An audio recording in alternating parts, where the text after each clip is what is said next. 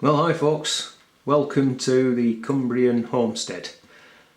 Heavy showers we've got just now, so not a lot to be done outside. So today I'm going to make a little video on making some wine at home. I'll bring you back in a tick. It's an easy recipe. This is for white wine. Makes a white table wine with an ABV of around 12 to 13%. Like I said, it's a simple recipe. I'm gonna go and show you now the sort of things that you're going to need in order to make this wine. So let's go and have a look. We'll get on with it. So first of all, you're going to need a fermenting vessel like this one. This one holds around about 5 gallons, 23 litres. It will take a little bit more. Going to need a plastic funnel. You're going to need a hydrometer and a hydrometer jar. All these things are freely available from any homebrew shop. You'll need an airlock, and you get different styles. I'm just using this one today, but you can get different ones, and a rubber bung. You will need a thermometer, because you want to be able to check the temperature of your liquid to make sure that it's not too cold or too hot, in which case the yeast is either going to be killed or it won't get activated. Then swing the camera around. You need some kind of a pan. I've got a stainless steel one here, like a jam pan, and that's to dissolve. Over here we've got some granulated sugar, just ordinary white granulated sugar. You're going to need 3.5 kilos. I'll put all this stuff in the description below. And we've got here the juice that we're going to use, just ordinary juice from the supermarket. We've got 5 litres, 5 1 litre cartons of apple juice, 100% juice from concentrate, and 5 litres of exotic juice drink. Okay, and also I'm just going to throw in for good measure, simply because I can't get it these days and a friend got me this,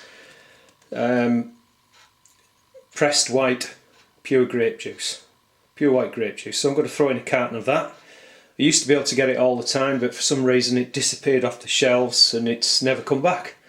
And the store he got this from, we don't have one in our area, so it's a bit of a bonus, so we'll chuck that in as well. Like I said, this should make around about 5 gallons, give or take, so about 30 wine bottles, standard 750ml wine bottles. So that's the ingredients. So sorry, I forgot, also you'll need some wine yeast. Now I've got here a Gervin, a GV1 universal wine yeast, but you know, any sort of universal wine yeast should do. You're going to need some yeast nutrient, and you'll also need some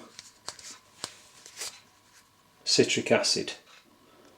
Alright, so that's all the ingredients. So the first thing I'm going to do is I'm going to put about 3 or 4 pints of water in this vessel, get that up to boil, and so I can dissolve the sugar into that. So I'll get on with that and bring you back. So we've got 6 pints of water actually in here. I forgot to mention you need one of these as well, a long handled plastic spoon, really good. So there's 6 pints of water in there now. We're going to bring that up to the boil. And then we're going to add our, as that's coming up, we'll add the sugar to get that dissolved. So while we're waiting for that, we can crack on and transfer the apple juice and the exotic juice drink, etc. into our fermenting vessel. Just to point out, before you start anything, just make sure that all your equipment is thoroughly sanitised.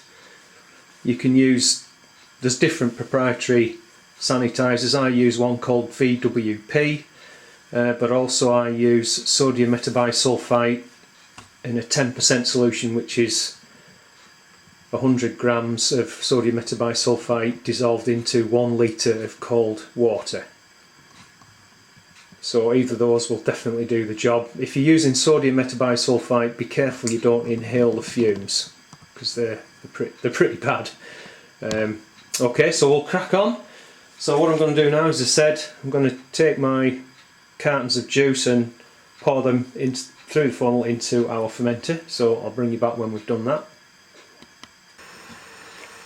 Okay, so our sugar's 3.5 kilo of sugar. It's just about dissolved. So what we're going to do now is add the Yeast Nutrient. I've got one of these kind of kitchen, so this is 1 level tablespoon per gallon, so because we're making 5 gallons it'll be 5 going in here.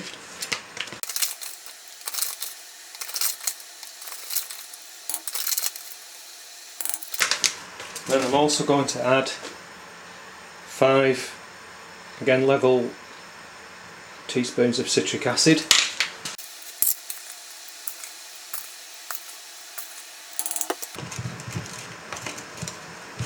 And just give that a little stir around, make sure that's dissolved. And then we're ready, just about, so I'll turn the heat off now. We're ready to pour that into the vessel on top of the juice that's in there. That should be dissolved now.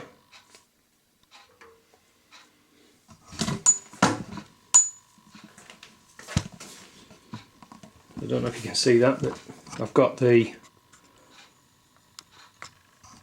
11 litres of juice in there. So I'll go ahead on and pour that hot liquid into there. I'll bring you back when that's done. Okay, so we've added the hot syrup solution into there. I've got this long handled plastic spoon, which I've just poured boiling water over it, just to right the way up as far as I can up the handle, just to make sure that it's sanitised. So we'll just give that a stir, really just to mix the hot and the cold together.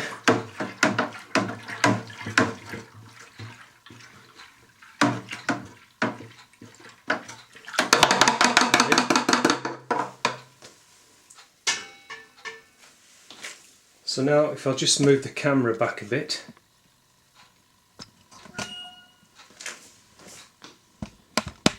And try and get in there on the vessel. We want to be looking at the levels now. So I don't know if you can make that out, but it's just short of the 20 litre line. So obviously what we want to do is get it just slightly above that 23 litres, or just on the, which is around 5 gallons. So what we're going to do now is just top that up with cold water, just ordinary cold tap water, up to the 5 gallon mark. Okay, so I'll bring you back when we've done that, and then we'll show you the next step. Okay, so we've topped up there just above the 23 litre mark. I just want to make some allowance for when fermentation is finished. There'll obviously be quite a layer of sediment on the bottom, so when we come to rack the wine off, you're obviously going to lose a little bit of volume because of the sediment. So that's why I've just made a little bit of an allowance there, just slightly over that 23 litre mark. So all we're going to do now is stir it again, just to mix the cold and the warm liquids together. Then we need to take a temperature to see where we're at, if it's safe to pitch the yeast. So I'll bring you back when we're ready to do that point. Right, okay then, so I've got my thermometer here, so we'll just take a temperature reading now and see where we're at. We want it to be around 25 degrees centigrade or thereabouts.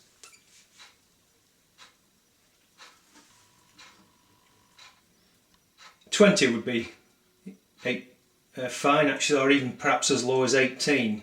So somewhere I guess between 18 and 25. Any higher than that you risk killing the yeast. Any lower it's not warm enough to activate it. So yeah, your optimum range would be somewhere between 18 to 25 degrees centigrade. Different yeasts obviously will function in different temperatures, but this particular one I'm using, that's about the optimum range I would say. Okay, so we've actually got, it's a little on the low side, 16. Yeah, so it's actually too cool.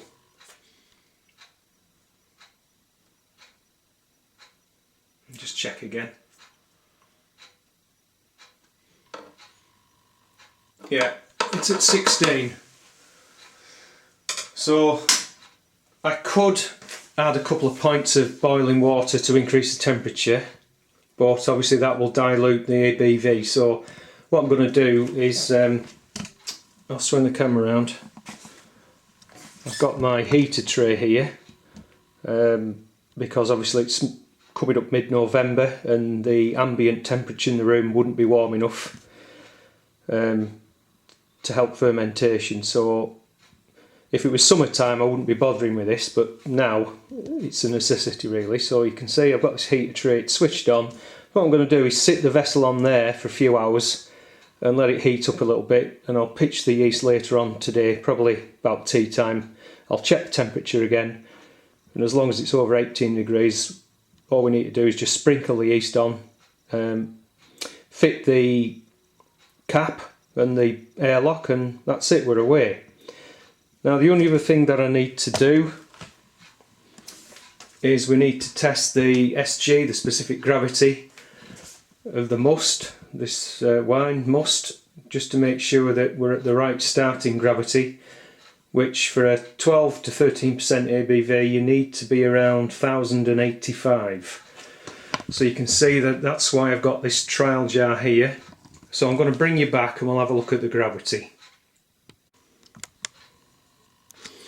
Yeah, I realise you might have been thinking, how's he going to get the wine out of that vessel into his sample jar? Well, that's where this comes in. It's a pipette tube, or sometimes they call them a wine thief.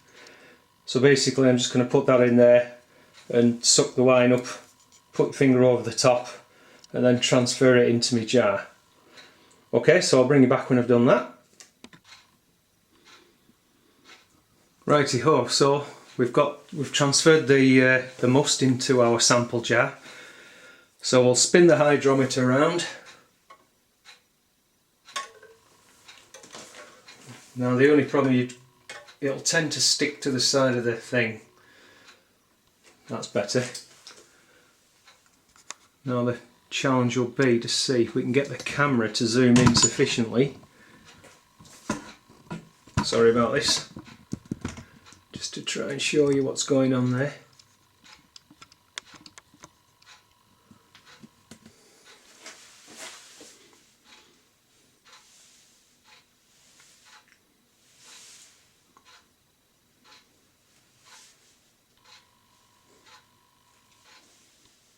So we've got about 1080. Don't know how well you can see that. Just trying to get the... Can you see that? It's about 1080. So I'm happy with that. I could add, if I was pedantic enough, or I had the time, I would add perhaps another 8 ounces of sugar. In fact, do you know what? I think I will do that. Yeah, let's see if that's got it up to 1085. I'll bring you back. Right, here goes. We've added the about just over 8 ounces of sugar in 8 ounces of boiling water. Try again.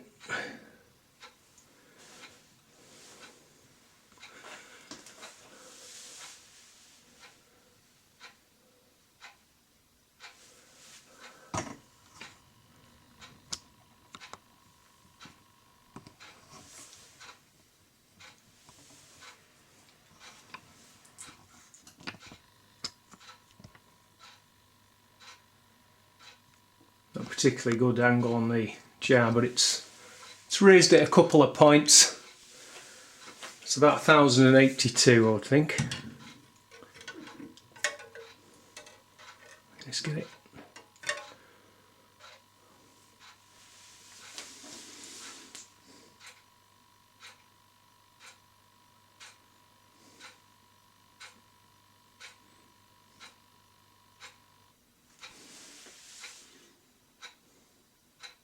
So it's not very, you can't really see that so good. Sorry about the camera shot there. It's about 1082, so we're almost to where I want to be, say 1085. So it might be just a tiny bit, it'd be nearer the 12% than 13, but happy with that. It could be that the juice is less concentrated or something, because other times I've done exactly the same and it's been 1085, so I guess you're going to get little fluctuations. Anyhow, let's get on with it. So what we're going to do is just chuck that back into the fermenter, and then we're going to put the fermenter on the heat tray, get it up to temperature, and we'll pitch the yeast. So that's pretty much it. The whole process there has taken about 45 minutes, I suppose. So what I'll do is I'll give you a very brief update once we've got our fermentation going, and of course I will take you through the next steps till the final bottling stage and everything.